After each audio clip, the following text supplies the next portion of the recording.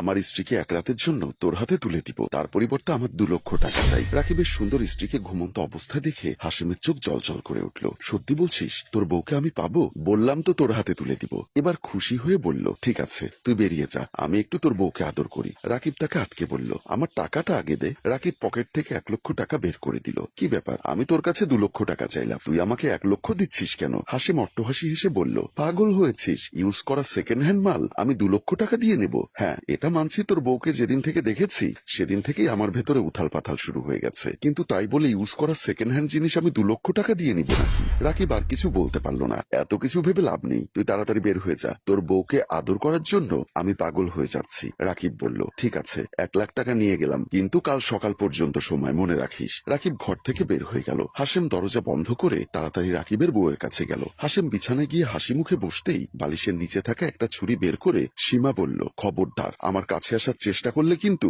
একদম শেষ করে দিব। আমি কিন্তু সত্যি বলছি, একদম শেষ করে দিব।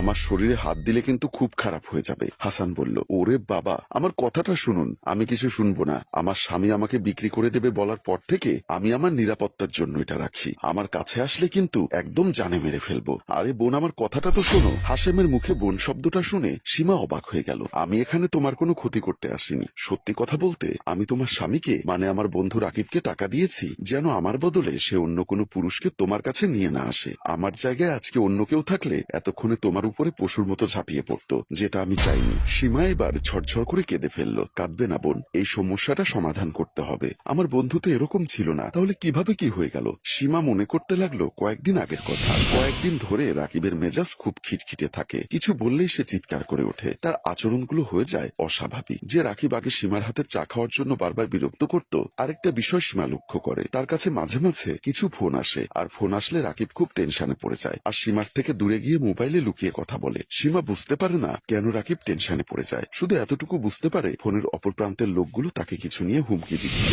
তারপর থেকে রাকিব সীমাকে টাকার জন্য জোর করতে থাকে। আমি এত কিছু জানি না, তুই তোর বাপের বাড়ি থেকে টাকা নিয়ে আসবি। অবাক হয়ে বলল, আমি কেন আমার বাবার কাছ থেকে টাকা নিয়ে আসবো? আমার বাবা আমাকে তোমার কাছে বিয়ে দিয়েছে। তোমার সামর্থ্য অনুযায়ী তুমি আমাকে যেভাবে রাখবে আমি সেভাবেই থাকবো। যা খাওয়াবে আমি তাই খাবো। কোনো সমস্যা হলে সেটা আমরা দুজনে মিলে সমাধান করবো। রাকিব, তুমি আমাকে বলো তোমার কি হয়েছে? কয়েকদিন ধরে তোমাকে দেখছি তুমি খুব টেনশনে থাকো। তোমার কাছে ফোন আসে, তাদের কথা শুনে তুমি পাগল হয়ে যাও আর স্থির থাকতে পারো না। তোমার কিসের এত টেনশন রাকিব? আজ 1 সপ্তাহ ধরে তুমি অফিসে যাচ্ছ না কেন রাকিব? আমাকে বলো প্লিজ। আমার কিছুই হয়নি। কিছু হয়নি বললে তো হবে না। আমি স্পষ্ট দেখতে পাচ্ছি আমার স্বামীর কিছু একটা নিয়ে কষ্ট হচ্ছে। স্ত্রী হিসাবে আমার দায়িত্ব স্বামীর পাশে থাকা। প্লিজ তুমি আমাকে বলো। আরে বললাম তো আমার কিছুই হয়নি। আজে বাজে কথা বলে সময় নষ্ট করবি না। তুই তোর বাবার কাছ থেকে